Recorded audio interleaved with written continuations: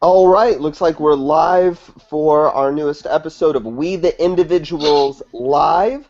Thank you for joining us. I know that people are having to skip out on the Republican presidential debate for this, and I know you're all upset about missing that.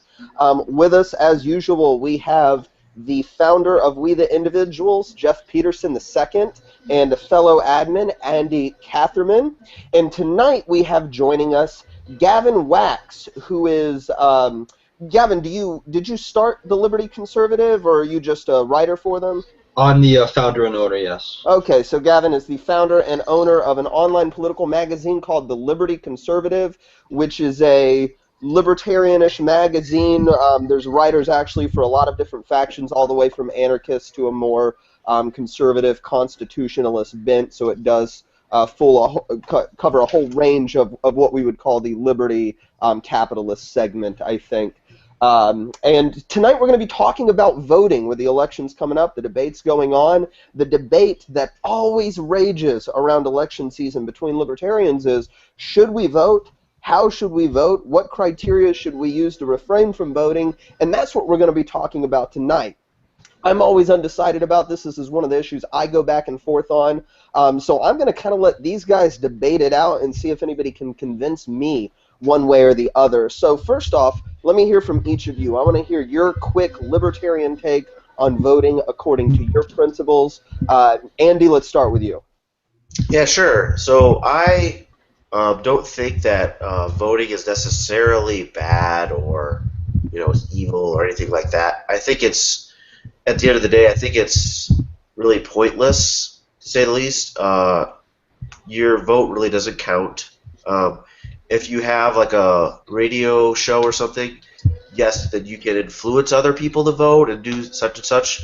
But at the end of the day, your value to society is communicating ideas that might, move people to think differently or whatnot. So, in my experience, I feel like voting, while it's not necessarily a bad thing, I've thought it to be very futile. And I've written a piece on that, but the biggest thing I think I could probably compromise with somebody on would be to vote for those people locally in your community, whether running for, school board or something like that, because I guess that's actually something that you can see and interact with versus something that's basically just controlled from DC. So I think that's my stance. I didn't always hold this stance, but that's kind of the stance I've come around to. Sure. Okay. Jeff's getting his headphones, so Gavin, let's hear from you next. I know you're going to be on the, I think, most pro-voting end, so tell us your thoughts. Why should people vote?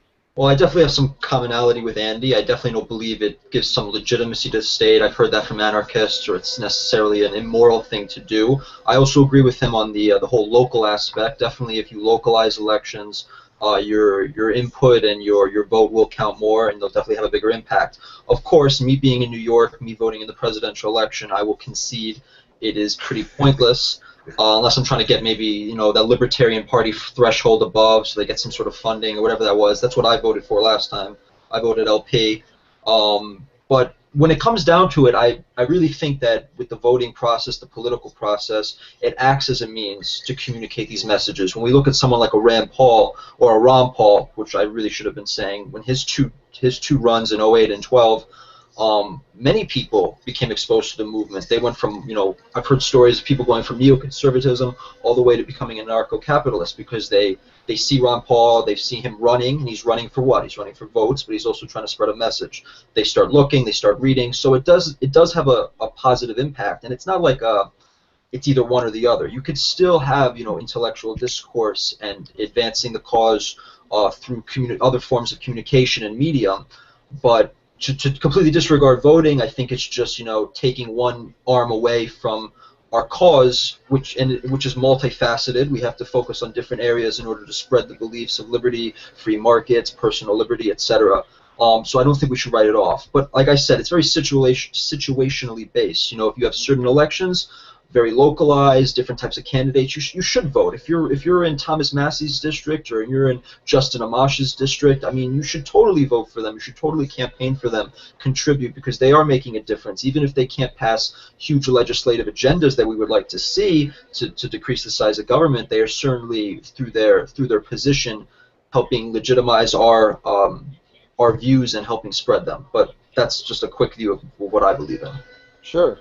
Okay, Jeff, I know you're going to take the most opposite view from Gavin here tonight. Tell us your thoughts on this. Well, you know, ironically, when Rand Paul first, did his first filibuster, and then there was the whole "I stand with Rand" filibuster thing back in, I think it was 2013. I was a lot more opposed to voting than I am now. However, now when it comes to actually reducing the state, I think that one of the core concepts of liberty is allow for maximum innovation from as many actors as possible, allowing them to decide how they spread freedom in the world. So, I have nothing against voting, and if someone wants to go out and vote, fine. I don't think it's possible to reduce the state via via electing someone or voting the right people in to reduce the state. I might share some commonality with Gavin saying that with Ron Paul, he didn't win, but the spotlight on him brought many ideas to fruition and made those ideas popular. But at the same time, Ron Paul in office, even he said in his exit speech that he accomplished nothing. But I also think that it's ideas and not politicians that will bring any type of reduce in the state, if anything. So I think that I think that putting the spotlight on those ideas is a good thing, and that's. But as far as electing those people to come into office and changing it, I think that change within the system isn't possible. It would need to be done outside the system. Although I think I can still kind of agree on the local part of it, like passing a marijuana law, or if someone wants to ban pit bulls in my neighborhood, I'd vote against it. But in the general election, I don't see any possibility of reducing the state that way. Sure. Okay. Well, it sounds like there's not a huge division here between the four of us.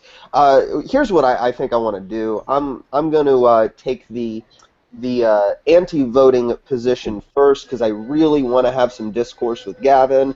But then later on in the show, I kind of want to defend voting, because I do make both of these arguments, and I'm never really sure which one I adhere to most aptly. But Gavin, I like studying the Constitution. Right. And the Constitution has in it the electoral process. And one of my arguments against voting that I would kind of like to hear your thoughts on would be the Electoral College. The Electoral College today exists nothing like what it was put in place to do. It has made it to where we are what I consider to be worse than even a popular voting election, because now, what you said, you vote in New York, your presidential vote is meaningless. I vote in West Virginia. My presidential vote is meaningless. I could drive 20 minutes to Ohio, register to vote there, and suddenly I actually vote in a state that actually matters. I think that this is an absolutely broken system that proves that if you don't live in one of these handfuls of swing states, then your vote is literally meaningless. And even if you do vote in the swing state, you're talking about one out of however many millions of voters there. I guess my argument here is, based on the system as it has devolved, voting really is a futile exercise. Why do you think that's not the case? Well, I actually agree with you on the Electoral College. I mean, I see its original intentions, what the founders wanted. I mean, I'm not a fan of democracy by any means. It's a terrible system to govern. We are a republic. It was put in place to help protect that and stop, from the tyranny of the majority, which I think is a serious issue. with these democratic systems and inserting more democratization into our voting process. And Ron Paul, I disagree with him on this because he supported the Electoral College, but really what it's doing, it's kind of the worst of both worlds, because you're giving certain segments of the country, geographically based, more prominence over others. It's very arbitrary. It has so many flaws with it, and it's skewing how our elections run and how people get representation. So I could see from both ends of the spectrum, people who want on one end to increase the democratic base, you know, to increase as many people to vote as possible, more democracy, and other people, more of a republic, at least within the voting community. They both could have problems with this system as it stands. So I'm definitely not supportive of it, and I'm definitely supportive, as being supporting of voting, I would support more stringent regulations in regard to voting. I think if you pay taxes, you should vote, but if you're collecting welfare or you're not paying taxes, you shouldn't vote. If you're a government employee, either directly or indirectly, you shouldn't have the right to vote. And this isn't unheard of. There have been cases, many cases in fact, where there were constitutional laws in various countries where they prohibited government employees and anyone receiving government money from voting, raising the voting age, things like that. I would totally support it. We have become more democratic. You know, we've reduced a lot of these restrictions that used to be in place. When the voting base was a lot smaller, and voting traditionally took place on a local level, because of course, you know, with the Senate, it never used to be direct. It used to be, you know, the state legislatures, which were elected more locally, then would appoint them. And of course, it would be landowners and stuff like that. With the smaller voting base, you generally had results that would be more pro-free markets, more pro-personal freedom. But as we've expanded the base and we've expanded this big government, which is giving out, you know, all these handouts and creating this system where everyone depends on it, things have become really, you know, messed up. So with your point with the Electoral College, I'm totally against it, but that doesn't mean I would like to see us move to a popular vote necessarily. I would rather have no direct election for the president. I would rather move much more localized and have, I mean, maybe a parliamentary system. Maybe that's a little crazy. I'm definitely in the minority here, but I definitely don't want to see more democratization, but I also think the Electoral College is completely broken. Okay. Let me apologize beforehand. By the way, if there's any technical glitches, my internet seems to be cutting in and out, and so I actually missed part of your answer, but I came back in time to respond myself. Okay. So I got the basic idea of what you're saying. I hope I don't accidentally step over something that I missed. And if I do, Jeff is going to take over. But bringing up the Electoral College, then referring to the part of your answer I heard, let me play the Constitution. I'm talking rigid, original constitutional position here. So the original Electoral College, and most Republicans that claim to be constitutionalists don't know anything about this, people never even voted on the president, and that wasn't until I think 1880 that was the last state that finally made the president a popular vote stateside. It gradually took place state by state up until 1880. Before then, people just voted on the only federal government position people voted on was the representatives, and then they voted on their state legislature. The state legislature appointed the electorate, and the electorates then voted on the president, and that's what the Electoral College actually represented. Do you think that would be a better system? 100%, 100% a better system. And now this would mean that you wouldn't technically be allowed to vote on the president. I would be fine with that. I would be 100% fine with that. What's happening now with many of these local elections, people don't even care about them anymore. You have the only people that are voting are, you know, the local union guys. I mean, at least in New York, it's these local guys. It's all the guys that you know, it's the people that have a really vested interest, but it's not the people who are voting because they care about it. They're voting more in the general elections. But the local elections have become, you know, minimalized, pushed to the side. And now even local offices are becoming dominated by, you know, these people that really have no real popular support. No one even knows who they are or what they're doing, because we've nationalized things, we've federalized things, we've pushed things further and further up the hierarchy. It's taking them away from the local individual. The further it's away from the individual, the worse it is. And that's what's happened when we had these popular votes for president on the national level. And you made a great point how the Electoral College has devolved. It wasn't supposed to be like this in the Constitution. And I'm definitely not a strict constitutionalist. I mean, if I was back in that time, I'd been an anti-federalist. I would have supported the Articles of Confederation. But that's a different story. But there was one point I wanted to bring up that I forgot to bring up in my introduction. It's that if voting was really like a timely thing, and it took a lot of time out of your day, and it cost me a lot of money, and it was a big fucking hassle, I definitely wouldn't do it. But for the most part, I go in 10, 15 minutes, I leave, I do it, whatever. If it was any different, then I totally wouldn't be voting, and things would be different. But as it stands now, I'm fine with it, unless it gets to like a whole different level. But that's just me. And for the most part, I actually agree with that position. I vote in most elections mostly because I think, yeah, it's not going to do much good. It's not really going to do any harm, and I Yeah. walk down the street and I spend 15 minutes, and that's kind of where I land just because it's easy. But Right. I'm open to letting one of these guys change my mind. Andy, I kind of want to hear your thoughts on the matter as well. If we were to roll back to a decentralized, truly what we would call a Republican system in the original sense, would that be better? Would that be worse? Would that be more of the same? Yeah, actually, that's a good segue to what I was going to talk about, and that's Good. this I did that on dirt- purpose. the dirty S word I'd like to bring up into the discussion, that nasty word called secession, and whether there's been talk of certain states like Texas seceding or whatever, because they are, like, I don't know what they are size-wise in percent of GDP to the economy, but given that, going back to what Gavin was saying about the founders and the Constitution, there was originally just 13 colonies, and it made sense to have like a parliament and such and such to actually like have a pretty decent representation. Now, obviously, it's kind of ridiculous even back then, but drawing kind of on some of the insights from Donald Livingston and his talking about the modern state versus kind of what was representative back then. Right now, I feel like we think of republics of like the past in history. We think of like Greece or Athens or some of those places in the Mediterranean that are kind of like the bedrock of Western civilization, and even those were really tiny populations.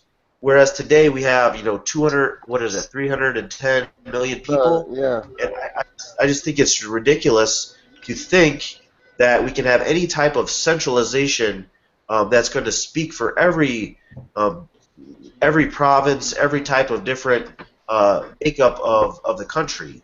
So I know I'm talking a little long here, but my central question is: would you support, or why isn't any candidate out there talking about the right or the maybe necessity of us dividing up parts of the country where it might make more sense to let different groups of people govern themselves? Obviously, people in California are going to live different than people in Idaho or Utah or Iowa, where I'm from. So we're going to have different interests. We're going to have different things that we're concerned about, and we're going to have different demographics of people, collectively living, or not collectively living together, but living together in society, to so to say. So my main question is, what are your thoughts on secession? Do you think that's a right if a state were to secede? What would your thoughts be? 100% the right of secession. I support. If Texas wanted to secede tomorrow, I would be 100. I would support it. And if they succeed and they become a free and independent sovereign country, I'd probably even move there, get out of the hellhole that is New York.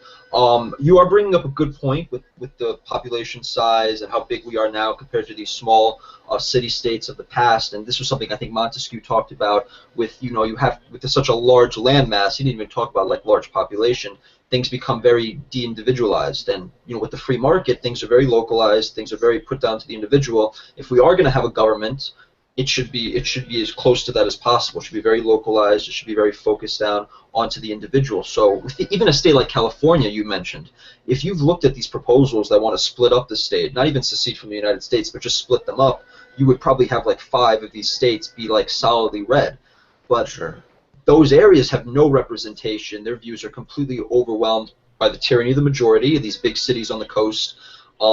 But if you look at a map geographically, California is mostly red, all the way up there towards the Pacific Northwest. It's very, very conservative areas, very traditional areas, but they just get overshadowed because its population has grown, and the borders have remained the same. They're fixed in place, and there hasn't been any flexibility there. in government, so they've just been stuck under this behemoth that is California with their taxes and the regulations, and it's a sad state of affairs. I mean, one quick solution would be to create more states, and we were doing that for a while. We were breaking up states.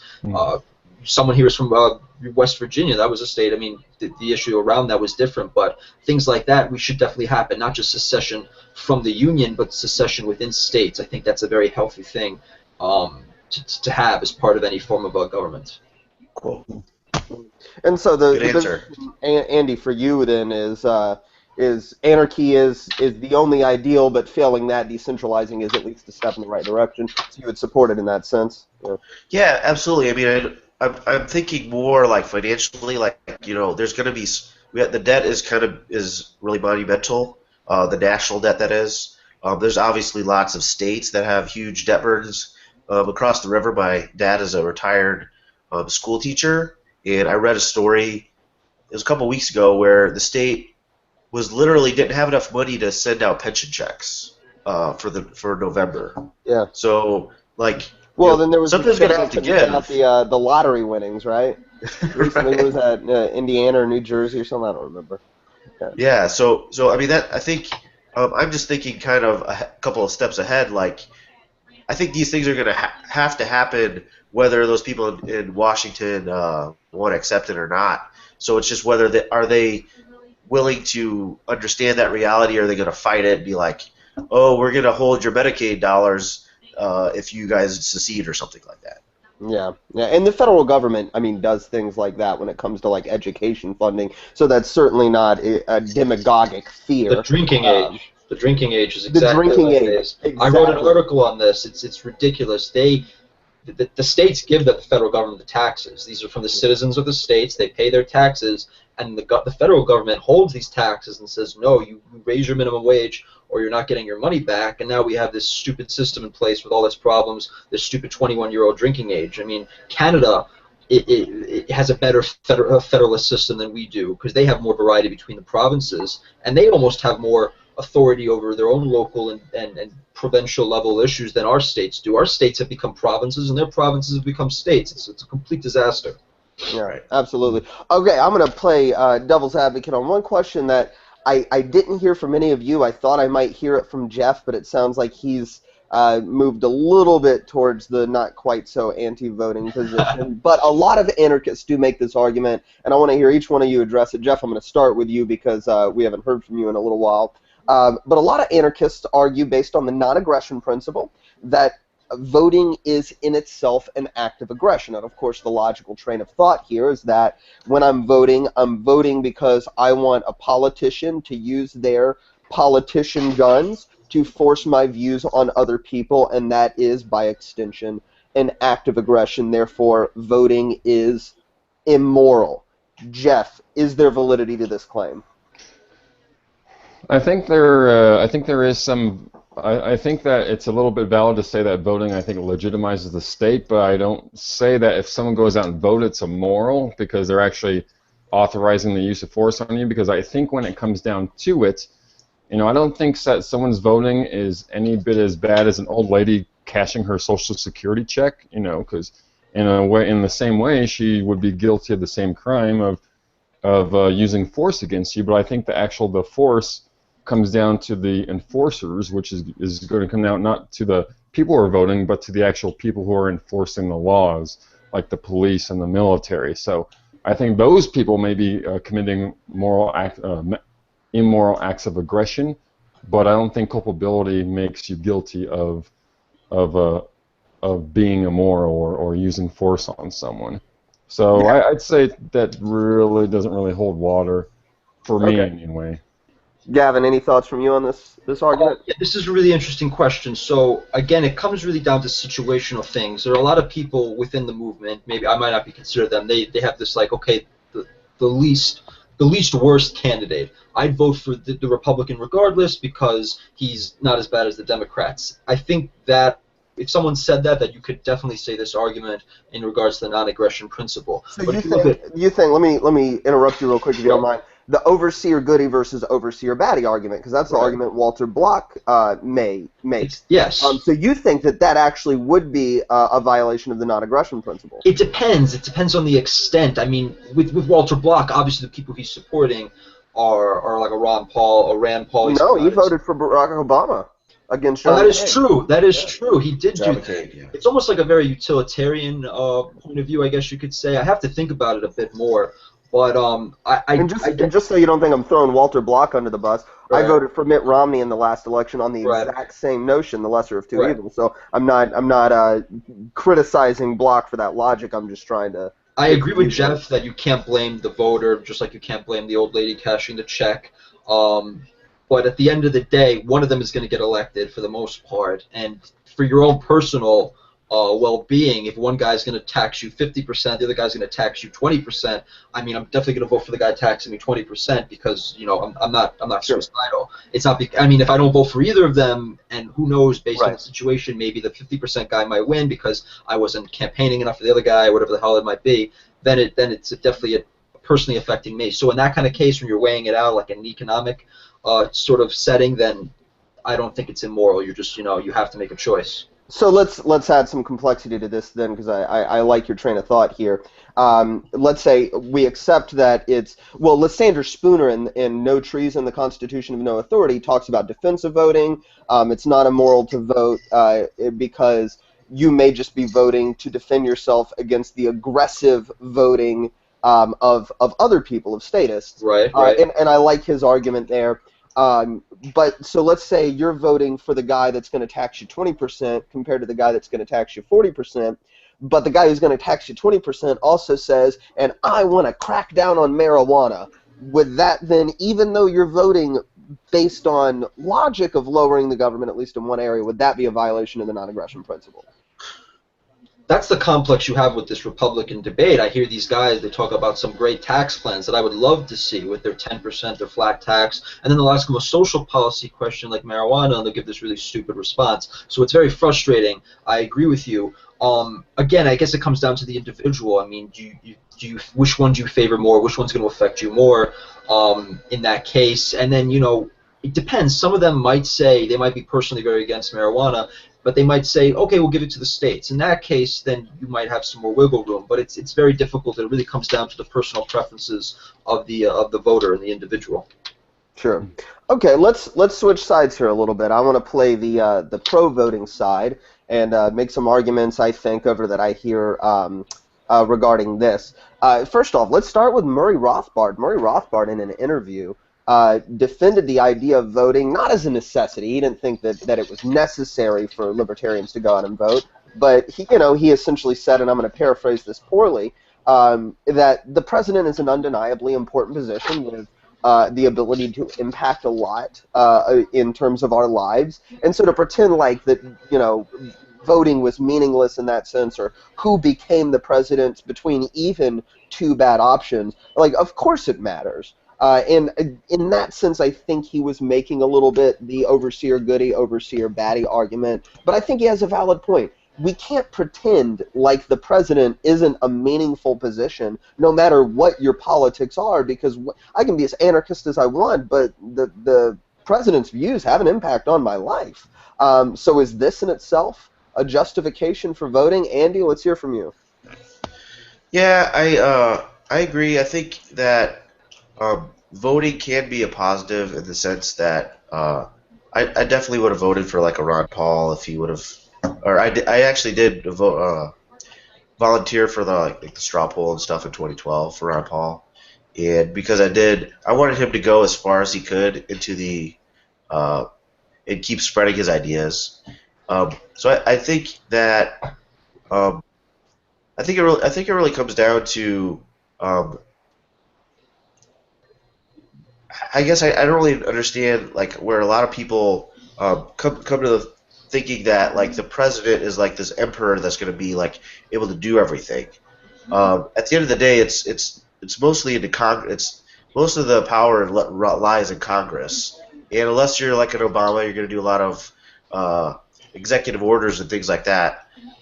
George Bush did a lot of those as well. But I mean, like relative to a lot of presidents, though, Barack Obama hasn't even done that many of executive orders. I mean, FDR did a ton of executive orders, so that's not a new thing, right? no, I don't think it's a new thing. I just think it's kind of the nature we've, I think the primary reason that the founders, as hopeful as they were, they didn't want a king, but in a sense we do kind of have a king today, and it's so sad. Like everybody is so worried about like who's going to be the president, but there's so many more things that are more important, like locally, like you send your kids to the schools and you have.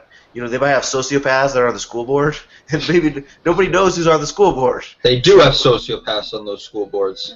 So, I mean, that's another topic, though, public schools versus private schools.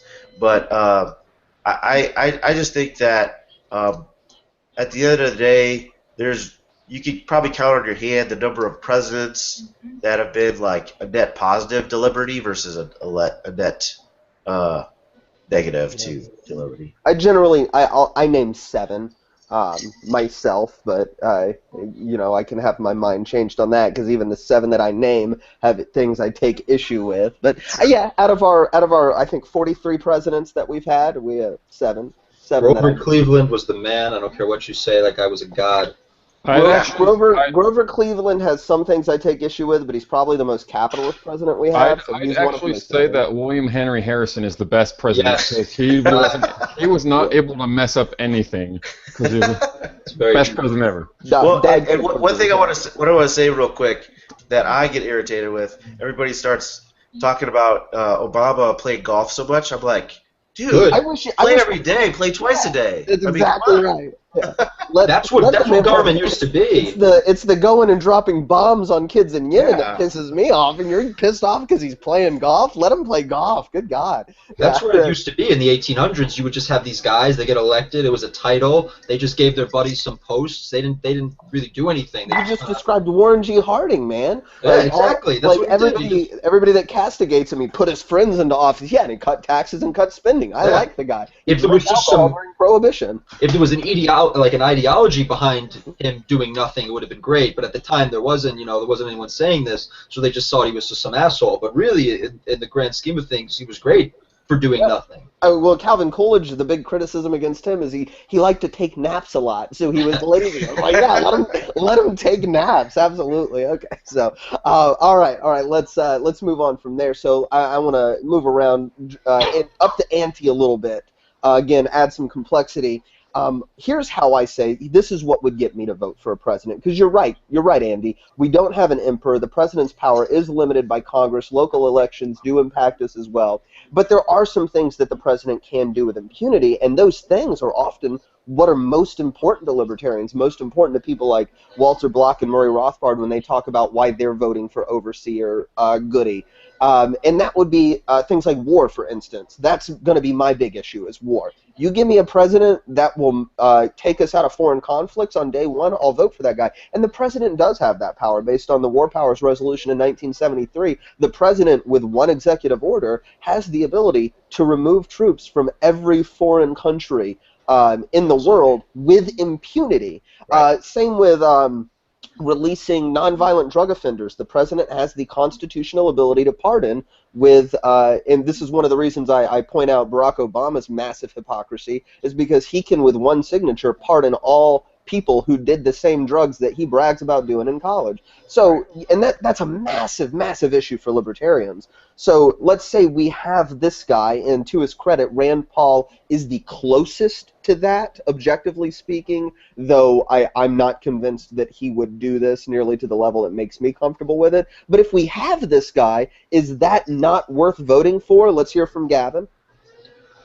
With a guy like Rand Paul, I just want to bring it up really quickly. I think his problem is that inside he does hold these views. He just he just doesn't express it. Like, I was just watching the debate. They asked him about the Fed, and you could see it. Like, he just wanted to scream out, "End the Fed." But he has some stupid consultant and his fucking team, and they're all telling him this crap. Don't say it, don't do it. And you see him, like, in the first debate, they told him to attack Trump, but he just wanted to talk about the issues, so he did everything kind of half-assed. He was like, "I'm doing this, but I want to do this." He just needs to pick something and stick with it, and if he wants to do it right, he wants to win over the libertarian base that his father had, and if he wants to really, stand out, because right now he's hardly standing out. He needs to become more radical. He needs to show his libertarian roots, and that I do believe he actually holds. I think he's far more ideologically pure than many people give him credit for, because but he's in a position, and his strategy for advancing his career has been to kind of silence it and keep it under wraps. But I think in office he would be 100% the guy who would be doing these pardons for these not-offenders, these victimless crimes, and using pulling back the troops from abroad, all these ridiculous military bases.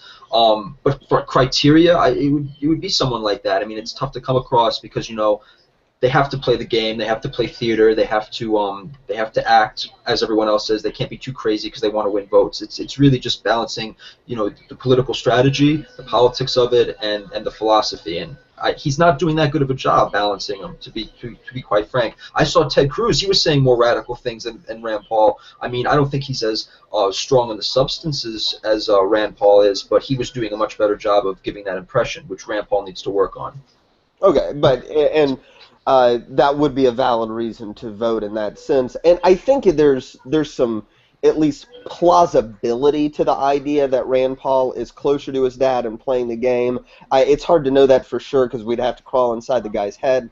But I think that's a plausible possibility. So my question, and I want to hear from Jeff on this, my question is, if that's true, then is the concern that somebody like Rand Paul, and this could also be like Bernie Sanders, who is, I think, at least comparatively less pro-war and less drug war than the other establishment guys, and that's why a lot of libertarians are supporting him as well.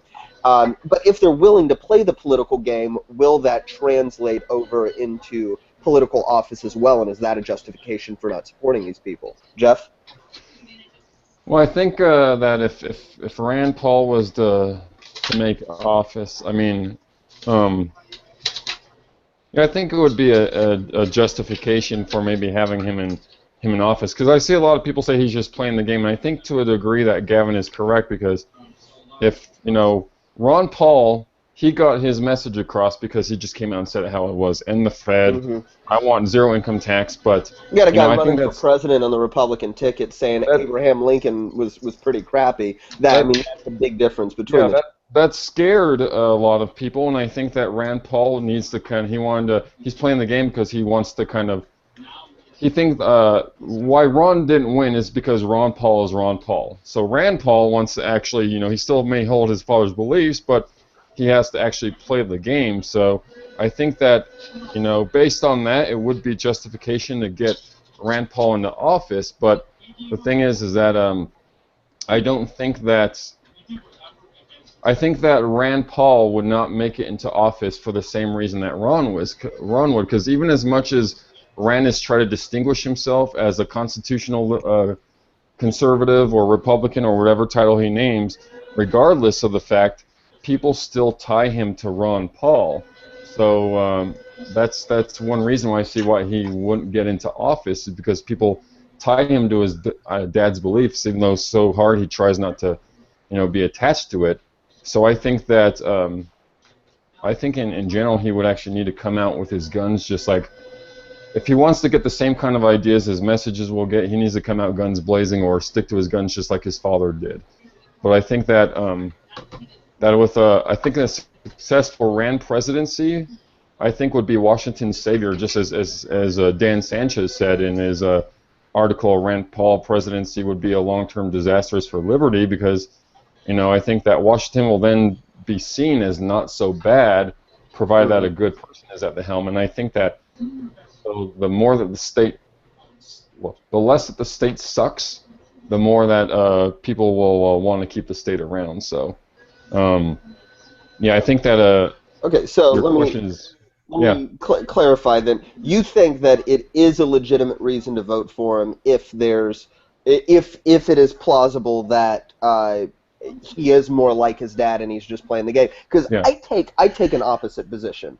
I tend to agree with Gavin in his analysis that Rand Paul is probably closer to his dad. I mean, the guy's Ron Paul's son. He's probably more libertarian than he's coming off.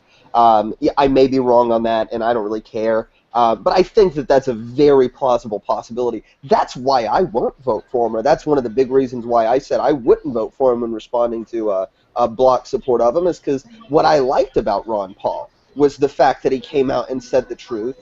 And that's what made him so, in so many ways, so different than every other politician. Is he was unwilling to lie to get into office. And so if Rand Paul is just playing the game, then what he's saying is, I'm willing to lie to get into office, and that's why I don't support him. But I find that interesting that even though we're kind of taking the same ultimate position, we have opposite views on that, and I actually share more Gavin's views on his analysis of Rand Paul. Andy, what are your thoughts on both of these matters? Yeah, I kind of see both points. But to go right off your last one, Chris, I kind of think that's disturbing about Rand if he's like, he's like, oh, I'm gonna rip off the mask like as soon as I after I swear and like, or is he gonna be like, well, I'll wear the mask a little bit longer after I get reelected, and then I'm going to then I'm really going to go full bore, let's just abolish everything. I don't know. I think it's problematic. I think it's more honest the way Ron Paul ran it. I understand Rand's pragmatism. I'm not going to get such and such voters unless I do X Y Z. I get that, but I still think that's it's just a little unpredictable on which principles are going to be squishable or squashable, whatever verb you want to use, in a certain instance. You're going to have all these people, especially foreign policy. I think you make a great point, Chris. The one thing that the president can do is, be the commander in chief, and he can tell the whole, Air Force or the Marines or whoever to just take a vacation. We're gonna not deploy or do X, Y, Z. Yeah.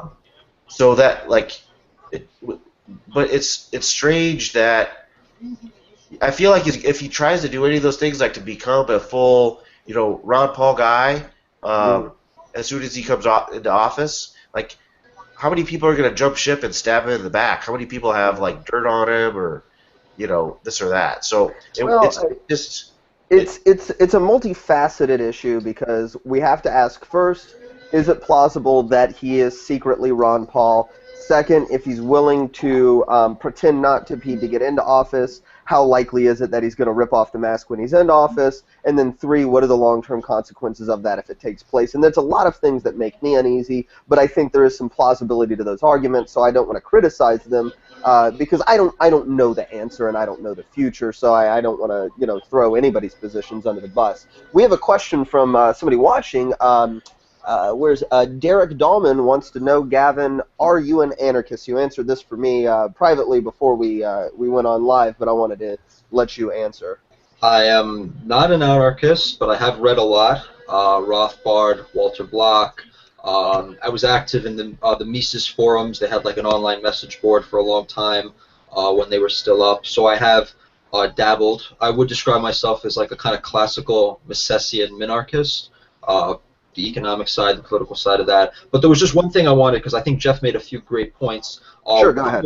One was he was talking about, if Rand Paul comes into office and then things are still shitty, I might be paraphrasing, then people are going to begin to associate, libertarianism and liberty with that time of shittiness, and that's very likely to happen. I mean, what if he got in office and there's an economic collapse or something crazy happens? Everything's going to be associated with him. So I think that's actually a legitimate point. To think about. But then the thing that I disagree with him on is the lying. I don't think he's necessarily lying. Yeah. I think he's just downplaying and concealing his true beliefs. I think if you straight up asked him, what you believe, he'll give you a direct answer. But when he has his public relations and he's on giving speeches and stuff, it's very tailored. The ironic thing about this all is that I understand why he's doing this pragmatic strategy in order to win more votes and to expand his base from Ron Paul. The ironic thing is this is not working. His campaign has really become a dud, Right. and you could read all the internal things that are going on. You could see this debate. It's just not working. He would be much better off, even if he just told himself he's not going to win, to run an educational campaign like his father did. Go out with a bang, like Jeff said. Just shoot out all these things, get them in the headlines, get people talking about them, like Ron did with the Fed. No one talked about the Fed. No one talked about Austrian economics, all this kind of stuff. He would be much better doing that and reinvigorating the base and really winning over people because he would just stand out more. Right now, he's just getting meshed and blended together. His tax plan, other people have just copied it. So, like, a lot of the things that he's trying to do pragmatically and from, like, a political strategy point of view are just failing. So he'd be better off becoming more ideologically pure and just going out guns blazing. But that's just me. And a lot of people think that. Yeah, and I have heard that as well before. Okay, we've got about 15 minutes left. I want to get one question out that I want to hear from everybody, and then I have a couple closing questions for Gavin specifically as well before we run out of time. I do want to say off your last point, though, I think we agree more than we disagree, Gavin. It seems like your position, if I can speak for you and correct me if I'm wrong, is it's not going to hurt to vote, so you might as well go and make the best vote you can. But I agree that the campaign that Ron Paul had was great because it educated, not because it had the possibility of putting him in office. Peter Marshall, who wrote, he's a communist anarchist, but he wrote a fantastic history on anarchism. He had a line in here I liked that basically said, "We'll have an anarchist society when the majority of people are anarchist." And to your last point, I think Ron Paul moved us closer to that, or minarchism in your case. Ron Paul moved us closer to that than Rand Paul has. So I think that's a very fair critique of his campaign, regardless of whether or not you're going to vote for him. So I think you're making good points. The question I'd like to hear from everybody before we close up is third-party voting good, bad, or ugly? Jeff. I think that that third-party voting. I don't know. I mean, it really depends on the third party. But let's say, for the sake of discussion, it's the Libertarian Party. I think that that in general, I think that a politician who's anti-government to me makes as much sense as a CEO of a company who is dedicated to driving down the stock price. So, in other words, it's just not what the job cries out for, and I think that with that when it comes to any type of liberty politician, everything that these people want to tear down, I also want to tear down, but they're all propped up massively by the bureaucratic state. So, for instance, like if I think that for something like that, If I thought that they can actually get into office and accomplish what they wanted, I'd say yes, let's go ahead and do that. But I think there's two flaws to that argument. Is that if they had a chance to get in office, I would say that we've already won in a sense, and voting would become obsolete. So if we can get the majority of the people to vote for someone, a Libertarian Congress and president, then it kind of defeats the purpose of voting. And but aside from that, I think that as it is now, is that the most that they can do is maybe curb some legislation, reduce some taxes. It's going to be only really cosmetic. But yeah, so to answer your question, really, is that if I voted for them and I thought they could win, sure. But my position really is that I don't think that they can get in because they want to reduce the state, and there's just so much against them that would push back to make that sure that it doesn't happen. Sure. Okay. Andy, pros and cons of voting Libertarian Party or third party in general? Sure.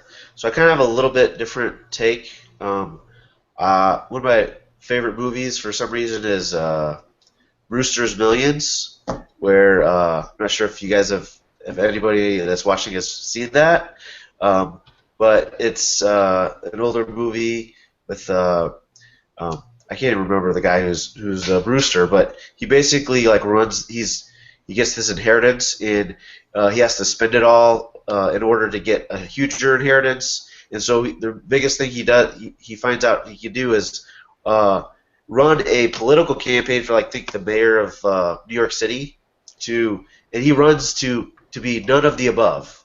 So he runs a campaign because he's like slinging mud at the other politicians because they're just sleazebags, and he's basically just using all the political exercise to waste all of his money so he gets this big inheritance.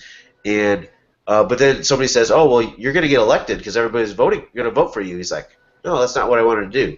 So to wrap this up with a bow on it, if the goal is to like kind of vote for a third party or some other party to like basically say like withdraw your consent, I'm all for it. In some sort of a protest fashion. But to be realistic, to say like, you know, if Donald Trump runs as a third party or an independent or a Ross Perot, I don't really see any reality that, you know, you're going to elect somebody from a third party platform. It just doesn't. It's rigged in so many ways for just the Democrats and the Republicans through the media gate, through the media channels. It's just not. It's just inconceivable to get elected from a third-party platform. Well, I think it's interesting, before I hear from Gavin on this question, I think it's interesting you brought up Ross Perot. He crossed my mind earlier because I think Ross Perot did a lot of good running for office. Not quite in the same way that Ron Paul did, where he started a movement, but Ross Perot popularized the idea of balancing the budget in the 90s that Clinton takes credit for. It wasn't Clinton, really. And then Republicans a lot of times try to take credit for it. And I've always said, it's Ross Perot. It's Ross Perot's popularity that threatened him, and his popularity was on that issue. So I think that could be an argument. I'm kind of thinking out loud here. I think that could be an argument for voting third party. But I'm always undecided on these issues myself. Gavin, finally, I want to hear from you on that same question about voting third party, and this may tie into the next question I want to ask you. But what are your thoughts?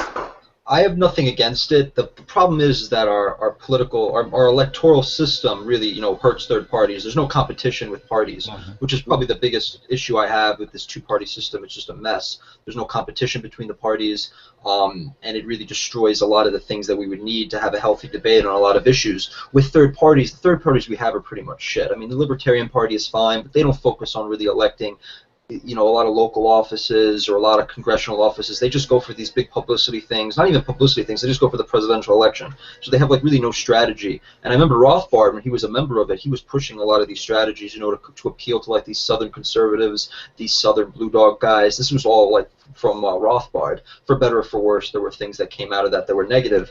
But for third parties, I definitely support. I also support, on a larger end, a multi-party system. You go to Europe, you have these parties, these like classical liberal parties. Some of them are borderline libertarian, and they win seats in their respective legislatures. I think there was one in the Czech Republic, there was one in Denmark, there was one in the Netherlands, and they get things done a lot easier than the factions within the Republican Party, the Liberty faction, the Tea Party faction, get done here, because they have all this procedural stuff and leadership pushes them down. But over there, these parties, obviously they're not winning majorities, but they have seats, they have representation. You need to appeal to them to form coalitions. You need to appeal to them to push through legislation. Those parties are getting things done legislatively at a faster pace than we would see here with our own factions within the Republican Party that might be more libertarian leaning. That's a little off topic, but in total, yes, third party voting, it could be good, it could be bad. Vote anti-establishment, though. I think that's where you want to be. Sure. Yeah. Well, and I guess vote on principle would be a big part of that. And for what it's worth, because I'm always going back on the voting issue. I told you I voted Mitt Romney in the last election on the overseer baddie or overseer goody argument. I voted Bob Barr in the John McCain Barack Obama election in the vote third party argument, and I've pretty much decided I'm not going to vote this election. So it seems like every election my voting philosophy changes. So I really like having these debates. So Gavin, my final question on this topic for you was basically, I'm going to take it. Is it correct that you're supporting Rand Paul, right? I mean, I'm not just presuming that too much. Okay, so let's take Rand Paul out of the equation. Out of everybody that's left, the major parties, the third parties, and the no voting option, Rand Paul no longer exists. Do you vote? And if so, who do you vote for? Oh, okay, this is tough. We've all been going this in our heads, trying to rank Sure. people in order. The thing is that like a lot of these candidates are trying to win over libertarians. They're trying to win over the youth. So they're saying a lot of things that I like to hear. You see Cruz, you see Carson, you see a lot of these guys. They're absolutely doing it. They're talking about marijuana, they're talking about the Fed, and I want to believe them, and I think sometimes they're genuine. So it's kind of hard. Honestly, the guy that probably comes up most, if it goes like this, if Rand Paul drops out of the Republican primary and then the rest are still there, I'd probably defect to Cruz. I interviewed him. He's a good guy. He mentioned Rothbard in an interview I did with him, which I thought was incredible. He mentioned Rothbard. He knows his stuff. I think you can make a better case against Ted Cruz being the guy lying to win and to get into office than you can against Rand, because he definitely knows this stuff, but he's purposely lying about it. Not purposely, but I feel much more Machiavellian about it. Downplaying. Yeah, Rand Paul would be downplaying, but Cruz would just be flip-flopping depending on who he's talking to. He definitely moderated what he said when he spoke to me about the things like Rothbard and stuff like that. So I think it would be Cruz. Then after that, I don't know. It would really depend. No one in the Dems. I mean, I might vote Libertarian again. I'm in New York. I mean, just get them over the threshold, whatever the hell they need, protest vote. Cruz, Carson. I don't know. I think Carson's a good guy. He's a doctor. He just doesn't have any ideological consistency. He has no real he says one thing one day, I'm like, oh, he said something really good. I like that. The next day, he's saying stupid crap about like police, this police state and enforcing this crap. It's just very inconsistent. So really, after Rand Paul, it drops, and if Cruz drops, it's pretty much a muddle. So I go third party if I vote at all. I'll still be there to vote for local candidates, so I might as well just mark off whatever libertarian schmuck is running. Sure. Yeah, and I, for what it's worth, I will not defend Ted Cruz or voting for Ted Cruz. I think his issues on marijuana and some other things are just absolutely things I can't support. Yeah. But for what it's worth, he is, other than Rand Paul, he is the only other candidate that I defend as not being just a complete out-and-out socialist. He's talked about abolishing the IRS. He does talk about the Federal Reserve. I call him a capitalist in the typical paradigm, so let's not be, Andy, I'm going to use your favorite word from me, dogmatic, in saying only anarchists are capitalists. He is more of a capitalist. Cruz knows his shit. He knows this stuff. He knows what we're about. He's read our stuff. Yeah. So I wouldn't doubt him, and he's a better campaigner. I take major issues with him on civil. Oh, 100%. I think we agree on that, yeah. Yeah, no, I 100% agree with you. He's a better campaigner. He knows politics better than Rand. He has more charisma. I think when I interviewed Walter Block, he made a very good point. He wanted to have this kind of Frankenstein candidate. He wanted the substance of a Ron Paul, someone who looked like a Rick Perry, but had the charisma and political know-how of a Ted Cruz, just to be a perfect candidate. You need someone like that with the substance and the ability to play the game, and then you'll have a perfect candidate. The fact is, we got half and half. We got one guy who knows the politics, one guy knows the ideology, and we're just left in the middle. Cool. We've got 2 minutes left. I want one final quick question. Last week I asked Dan Sanchez for a book recommendation. I like books. I'm going to start doing this to close all the shows. So you can't say For a New Liberty because that's what Dan Sanchez said. But Great real book. quick, Great book. of course, yeah. That's why that was the first pick. But other than For a New Liberty, give me if I can only read one book, give me the book I need to read. One book. I'm looking at my library right now. This is really tough. I want to just give you chunks of them. Oh God. Yeah, I know that. I would have the same problem. Jesus, one book. All right. Honestly, I really became more pure with this whole libertarian thing via economics, and I think the best book, because when it started with economics for me, and then it worked into the politics. I can't even say that.